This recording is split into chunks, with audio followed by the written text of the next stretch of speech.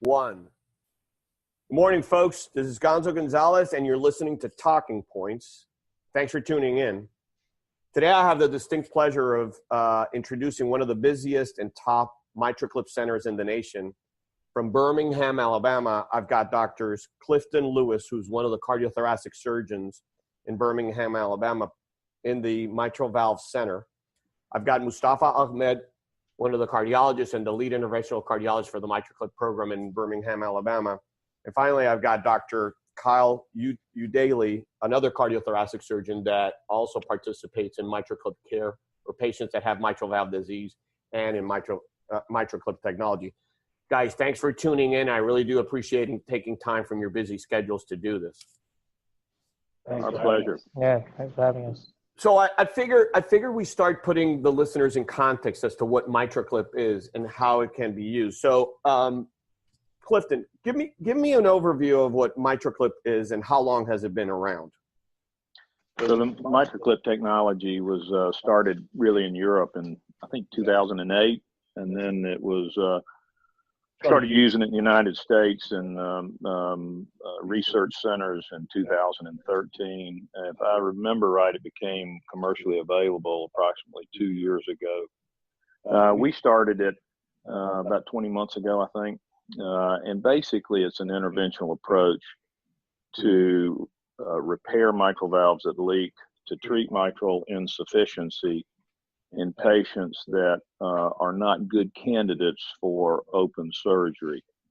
The sort of the gold standard for treatment for mitral insufficiency is mitral valve repair, which is a surgical procedure, whether you do it through a sternal incision or you do it through a right chest approach, a minimally invasive approach with or without a robot. And the clip was introduced to treat the subset of patients that you cannot operate on because they're too sick, too old, too infirm.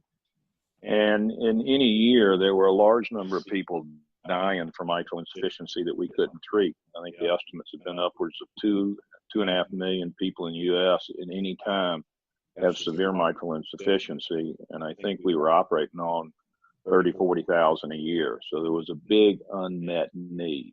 MitraClip was developed to meet that need and fill that void. Great. And so you said it's been around for those many years. I guess as a surgeon and an interventional cardiologist, and I'm going to direct this question straight to Kyle because you're straight out of training now, or have been out of training for a year? It's 7 months. So 7 months. So tell me, with these new technologies, particularly in the MitraClip, how's your training has changed since probably you compare it to what we went through 10, and Kyle and I are kind of a similar training generation. Cliff and I are kind of the similar training generation. So how's training changed for you and now that you're part of the MitraClip program? Sure. I mean, I think this is actually a great conversation that segues into the heart team approach.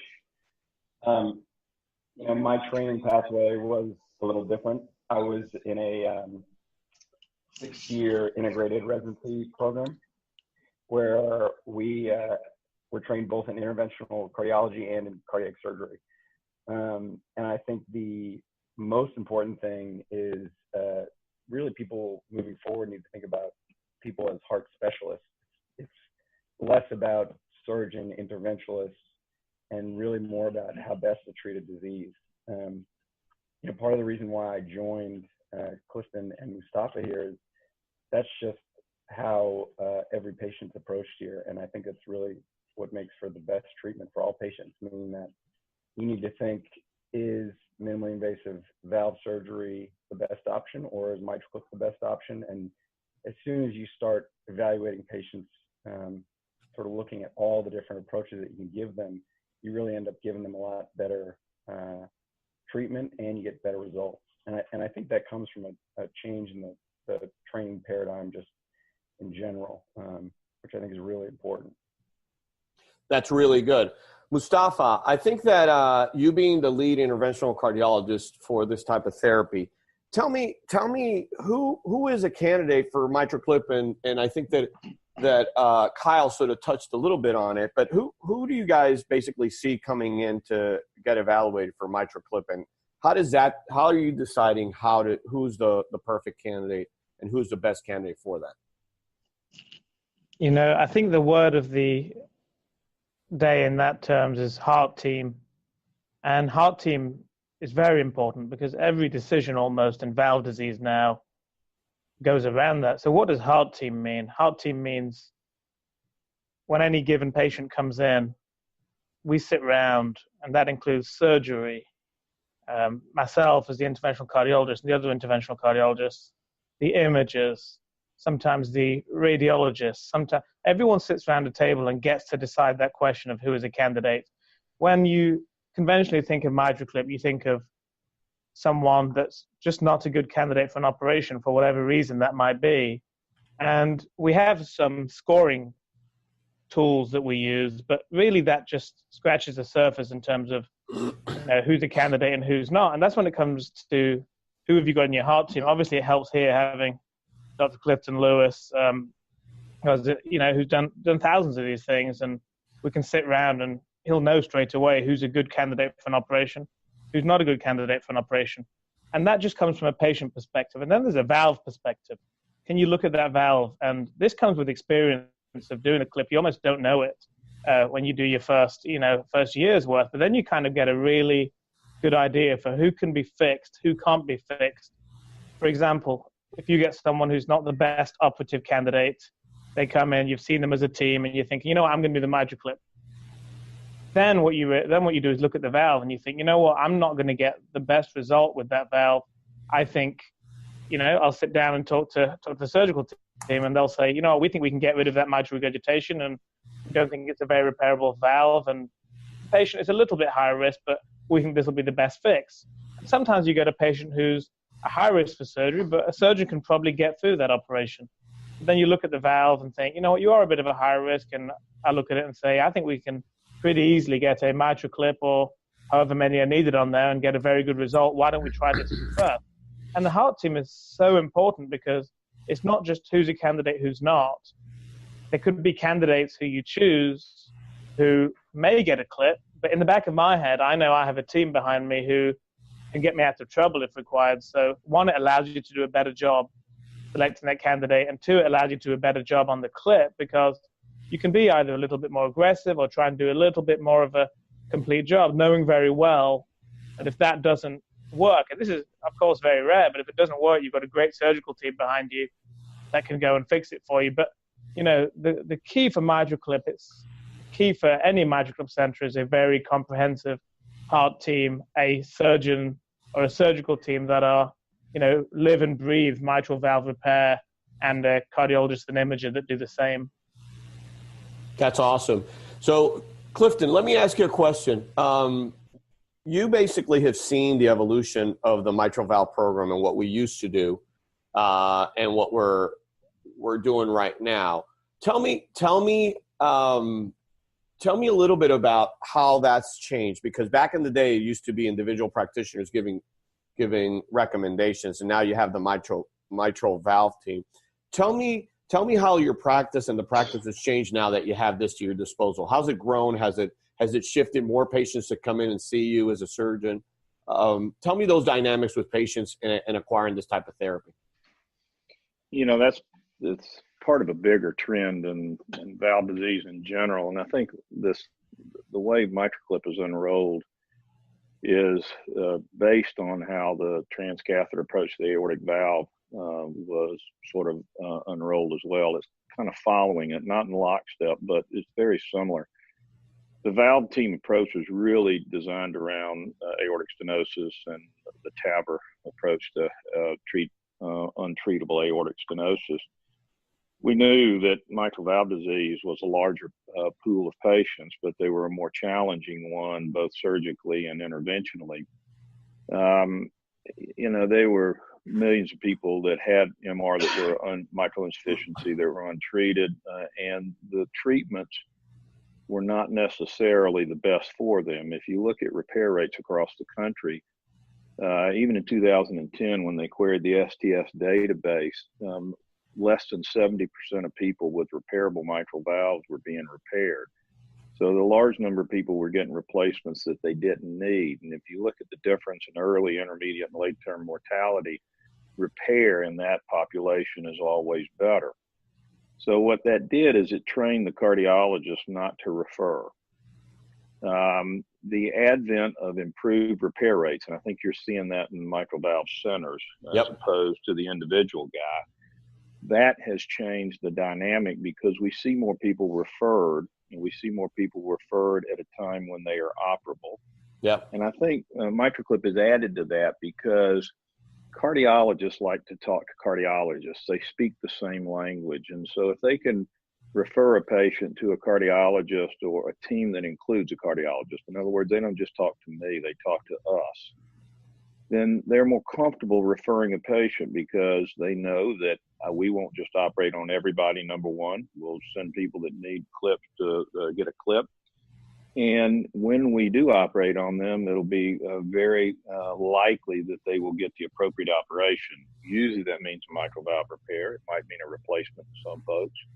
But if you need a mitral valve repair and you can have a mitral valve repair, if you send them to a center where they do a lot of that, then they get a mitral valve repair. If you send them to the average heart surgery center, those people are doing between 6 and 8 mitral valves a year, and they're not utilizing this team approach. They don't have a clip as a backup.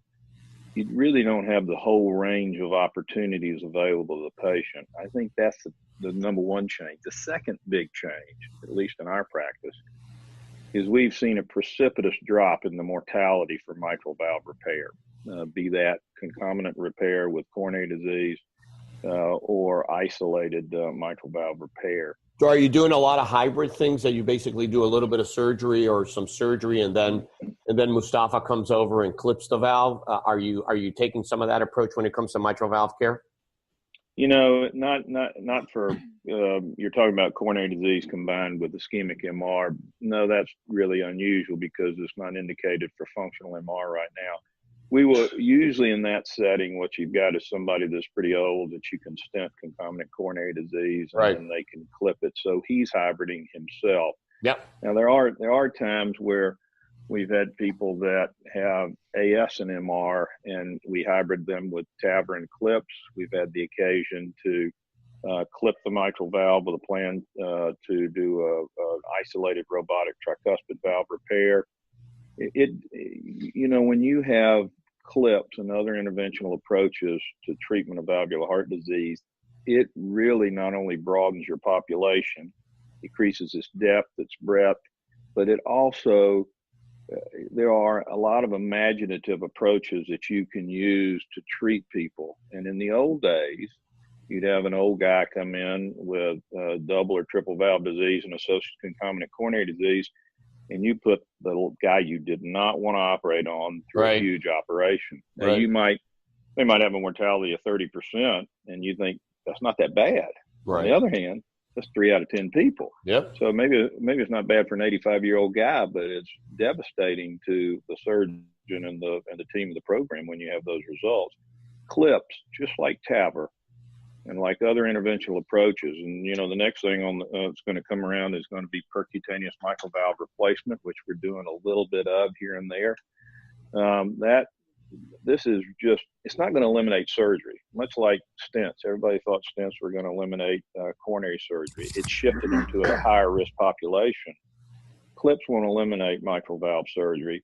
What it will do is decrease your mortality from mitral valve surgery. And, you know, if you look at the surgical literature, what they do is they compare clips with mitral valve surgery, and that is completely unfair. It's like coronary disease. We never cured coronary disease. We kept people alive and better. Surgery doesn't cure it just as much as stents don't cure it. Clips won't cure mitral valve disease, and neither will mitral valve repair or mitral valve replacement. What you do is give them a different disease and a different natural history. Well, it's palliative, right? To a certain degree, it's palliative surgery. I mean, we all, I agree with you. All this concept about, well, yeah, we're going to make you immortal. Well, really, we don't do that. We can't do that. We basically do prolong your life, which is similar to any other palliative intervention, right? Right. I mean, you know, I think MitraClip is the mitral valve surgeon's best friend right now. I take a completely different view of it than a lot of the surgical colleagues. I think it's a really big deal. And I think that it has enabled not only the inclusion of a lot of people that don't get operated on, but it makes the surgeon think in different ways about treatment of valve disease, what people call holistic sort of approach. Right. I think it's really important. I mean, I think it's a big development. I think it's going to be bigger than TAVR. The difference between clips and TAVR is nearly idiot-proof. I mean, it is very easy to do and do well. Clips, those are very operator dependent, and you've got to have somebody that's technically proficient. Some people are just better at technical things than others. You also need an expert imager. Yeah. If you don't have, and you really need them combined in the same individual. You can have another imager, and we have some good imagers. We have great people on the echo when they're doing clips and other interventional approaches to valve disease. We're really blessed with that. But Dr. Ahmed is, a world-class echocardiographer and a great technician. If you combine those two qualities in one person, you can do a lot of things that other people just can't do. And that's what you really need to make a clip program work. And most people will cheap out on the imaging. They'll get their basic echocardiographer. That won't work. You got to be able to see to be able to do these things. And that is probably the key difference between successful and unsuccessful MitraClip programs, I think. So with that great introduction, Mustafa, I think that I would love for you to sort of then comment on how is it that you do MitraClips in your practice? So in our practice, the patient is evaluated, and what we tell most patients is, if you come from outside of hospitals, there's two kind of patients you'll do. One will be someone transferred into your hospital, and one will be the majority, which is come as an outpatient. And so most patients will go home within, 16, 20 hours. So if you're done on a Wednesday, you can expect to go home first thing Thursday morning after the valve has been checked. So you'll see, you'll be evaluated by anesthesiologists and the rest of the heart team, and you'll be put to sleep during this procedure. It's general anesthesia. And the reason is because, as Dr. Lewis was saying, your best friend in the MitraClip procedure is the imaging, the echocardiography. And the imaging used in the MitraClip procedure is called a TEE, transesophageal echocardiogram. And it's done, in the vast majority of cases with 3D. And you really, to do that well, you have to be asleep. And so general anesthesia allows you, the patient to comfortably go through just like a normal operation. But after the procedure is complete, almost all patients are woken up on the table and are talking to you, before they go back to be monitored overnight. So it's a real easily tolerated procedure, right? I mean, it's not as big as open heart surgery. It's basically a percutaneous procedure. So patients. Go ahead. I'm sorry. No, I said that it's actually a really easily tolerated procedure because it's not the incisions that we were accustomed to when we had to do these big cases in ill or infirm patients, right? Yes. It's interesting because most of our surgery is done robotically. And so patients come in with this idea already. Minimally invasive is kind of the wave of where valve surgery has gone. And it's what we find most patients are demanding. And so when we talk about minimally invasive from a clip point of view, it's the vein, it's not the artery, which is great. So what automatically the bleeding complications, the chance of a major complication, the chance of a vessel complication, that's very, very low. It's much more benign in that effect. You go through the vein in the leg, the femoral vein, and you go up and puncture across from the right to the left side of the heart and put the clip system in, and then deliver the clip on the left side of the heart, and then you bring the system out. And that's almost, I've still to now, I've hardly ever seen a bleeding complication or a vessel complication because, the vein is just so much more benign than the artery. And that's a huge advantage to the MitraClip. And that's important even when we go forward and start thinking about transcatheter, the new, the full replacements. Right. There's still this huge advantage of just going in, not through the, the apex of the heart as these first generations of replacement are going to be, but there's just this huge advantage. And that advantage becomes more and more important as you get to the age of 80, 90, and 100. It's just so nice when you see that 90-something-year-old get up the next morning and walk around and the same day and go home. That's where it's changed the game a lot for people in that category. And then, so how long does it take you to do one of these procedures compared today versus when you started? So if you're first starting the clip, it's technically very complex. I would argue it's one of the most complex procedures in interventional cardiology, and it can take a few hours when you first start. The question of how long does it take now? If we have a very, very straightforward valve, it takes a lot longer to set that up than to do the procedure. I'm talking get the patient, drape, have the imaging probe down. It's not unheard of for us to do a procedure in 10 minutes. Right. Now, however, you take that's for a very straightforward valve. There's more complex valves. As the clip has evolved, we're finding ourselves doing things that it wasn't envisioned to be done in the first place. We're doing not just the leaks that are central in the valve, but leaks that are on the side of the valve. We're doing more complex leaks. We're doing clefts. We're doing all these things that the experience and the technical expertise that has evolved over time has allowed us to do well. And so, a complex case can take us an hour, maybe a little bit more sometimes. But that's because we just do so many of them. I would say in a typical setup, anywhere between, and after, not talking the roll-in period, but after the roll-in period where people are more comfortable with what they're doing, I think most people would get one of these done in less than 2 hours. I would have thought the average was. And if you go to a very, very experienced place, probably 90% of cases are done within half an hour. That is really, really impressive. All right, so once you got the clip in and basically the patient's already in recovery and gone home and all that stuff, Kyle, tell me a little bit about your follow-up. Sure. So our follow-up here is obviously we evaluate the valve the next day and make sure that we're satisfied with the results that we get. The evaluation of the mitral valve is dynamic, which is kind of an important thing for people to understand. And sometimes, what you see under general anesthesia is a little different what you see in true loading conditions. So after the follow-up and the following day, we see people again in 1 week, and then also in 1 month. And at that 1 month period, again, we do another echo to really make sure that we're satisfied with the result that we have. How quickly do these patients feel better? I mean, usually the next day, these people feel better. I mean, we routinely, once we get a good result in the cath lab suite, we'll start diuresis at that point. And obviously now these people are in a better hemodynamic state and are able to get better forward flow. They immediately, upon waking up, really start to feel better.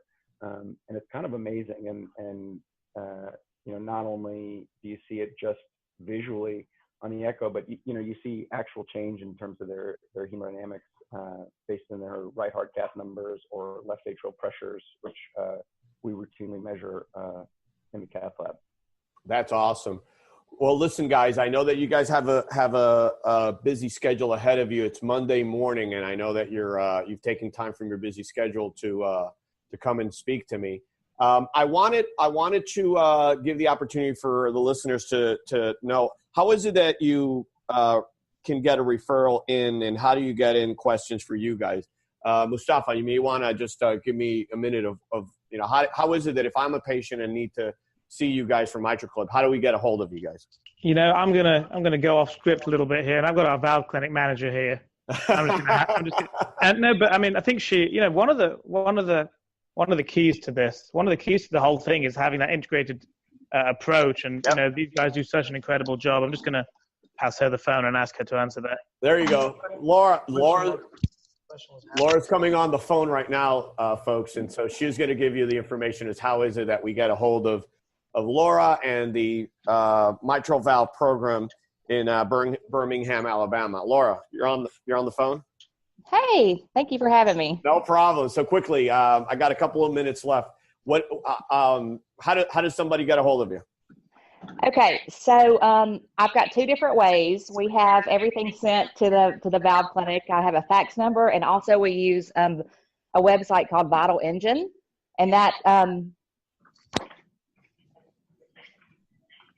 Go ahead, Laura. She brought her phone. Technology, and there.